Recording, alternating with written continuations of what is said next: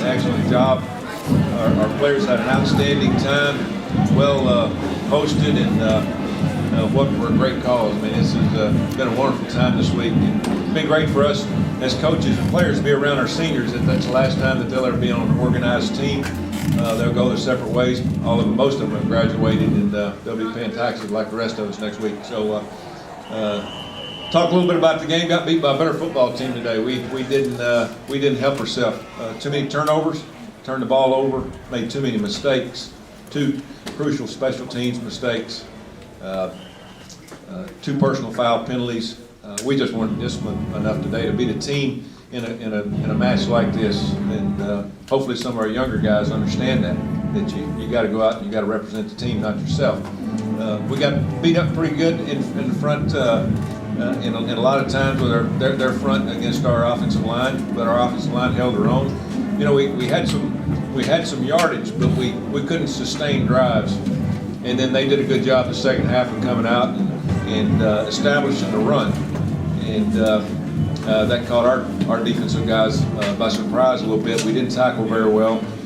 They did a good job of scheming coming out in the second half. And I tell you, Shane Beamer and all the coaches over there, you know, with Coach Beamer being a little bit on the weary side, I thought they did a good job. They well represented Virginia Tech, and it was fun to play against some old friends and coach against some old friends and go through some old memories. But again, the best team won. You know, we weren't good enough to win today by the mistakes. I thought if we could have got to the fourth quarter, we'd have had a chance.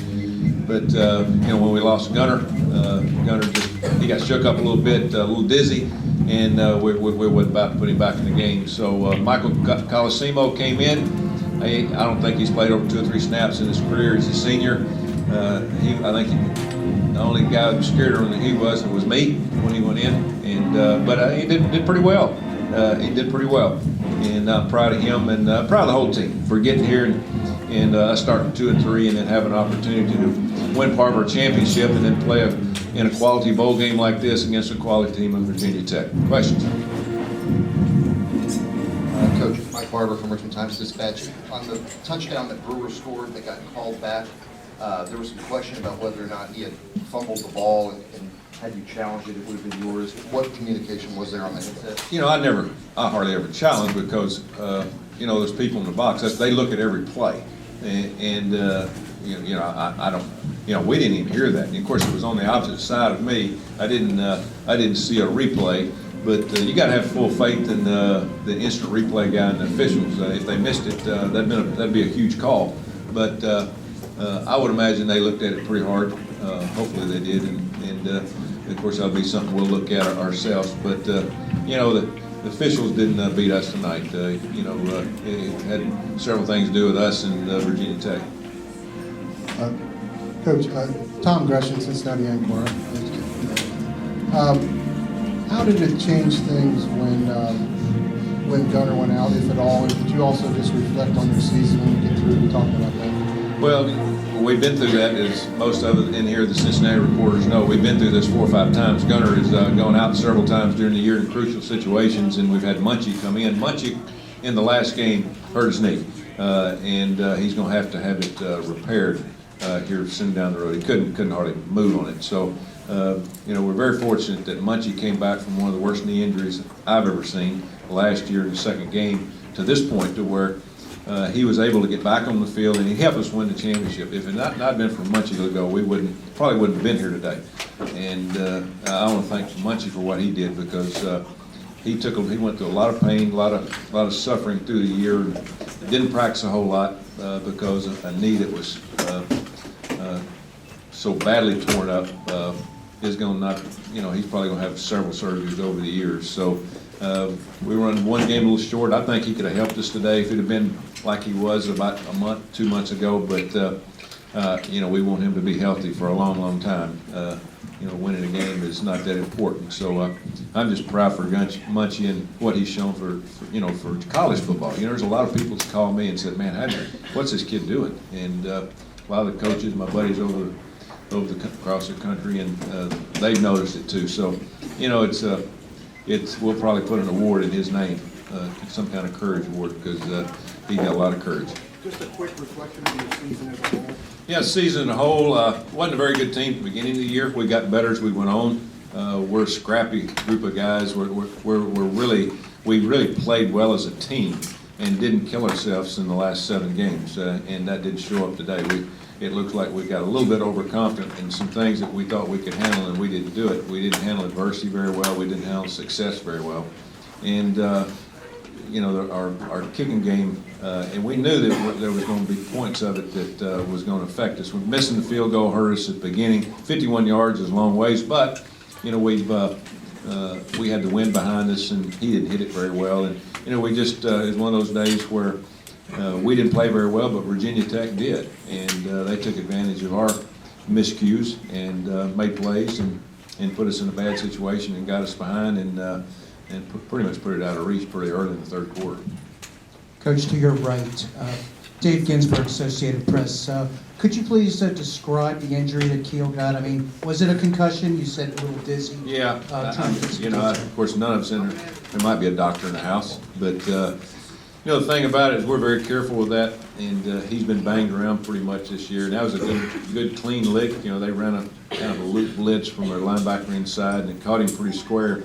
And I think his head hit the ground. You know, this turf is not made for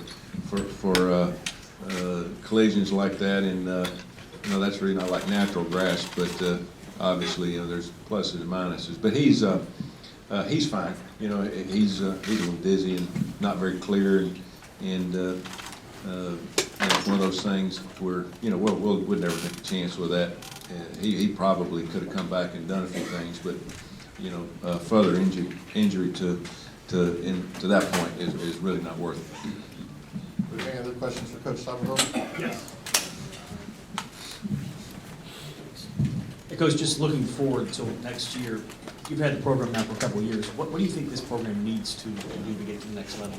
Get to this hump in bowl games and stuff? Yeah, well, you know, we've got to keep recruiting. We just recruited 8 mid-year guys, most of them linemen and linebackers, which we're going to desperately need. We only lose 2 guys on offense and about 3 on defense. We'll be a better team next year. We'll be a better team because Gunner will be a year older.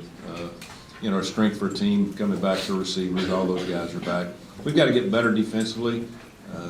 You know, we were kind of hit and miss on defense all year long. Even in our stretch where people said we got better because we were able to get people off the field and our offense the ball a little bit more on possessions, but we still weren't a very strong team. We got to get physically stronger and stop the run a little bit better. So, you know, again, after going 2 and 3, I was really excited about winning the next 7 because it could really go the other way. We had good leadership, and again, a lot of these guys started to grow up, and that's going to help us for next year. And we'll learn from this game today, and hopefully we'll carry it over into next year and things that we did wrong. Coach, you mentioned stopping the run. What made Coleman so effective, and what did you expect from him? He's played well, I guess, the last few games for them. You talking number 4? Yeah. I'll go by number. Yeah. You know, they did a good job. They ran a simple base running play like we run. I mean, it's just inside and outside zone, and he did a good job of reading it. We didn't do a very good job inside with pursuit. I thought they did have a little blocking scheme that affected us some starting the second half where they brought a guy back inside and blocked the linebacker, and we didn't feel very well with our secondary coming up. We was a little bit slow. I think we had 3rd and 17 one time on one where they got some points, and we didn't tackle very well, and we kind of looked a little bit like we did back in the middle of the year. But you know, you look at a game like this, and I watch just effort, and both teams were playing hard. They were trying to execute, and you know, the execution was just better on the other side for a few plays than it was. There wasn't many plays in that game that you could say, man, both football teams were pretty close. You can take probably 4 or 5 plays and show where that ball game was won. And a couple of them again were special teams plays. The great interception over the middle, we had our guy open, and the kid puts his hand up and catches it one-handed. And you know, turnovers win games for you. And today, I don't think we got a turnover. I can't remember that far back, but I know they got 2 or 3. We got 1. Okay, we didn't even it up though. One more. Yes, sir. Coach Elton Haynes with the Cincinnati Enquirer. Let's talk a little bit about Michael Colosimo coming in at the end. You know, walk-on senior coming in, tossing a touchdown pass to end his career this way. Yeah. Talk a little bit about that. Well, that would be a life memory for him, you know, and he hadn't taken that many snaps. We've practiced him probably 10 minutes a day for the last couple of weeks. And a little bit more than that as we got closer to the game, thinking, hey, you know, if we need to throw the ball and Gunner goes down, you know, let's make sure he knows what to do. But he was scared to death. But I thought he competed well. I mean, I watched that one pass he threw for a touchdown, and he couldn't throw any better. I mean, very good. And we had a 3rd and 5 that he needed to get the ball out a little bit quicker on the slant route to Shaq, and would have made first down. But you know, it's you can't ask a lot out of a kid that's never played. He's playing a bowl game, national television, but he's a senior, he's a competitor, he's a baseball player for a long time, and his dad's a doctor on the team, and I'm sure he was proud of seeing his efforts, and I was proud of him. It was a great effort from him, and just kind of walking out there off the street and say, hey, you're the quarterback. I thought you did a pretty good job. Thanks, guys. Thank you very much, Coach Thank you. Tuberville. Thank you. Cincinnati player.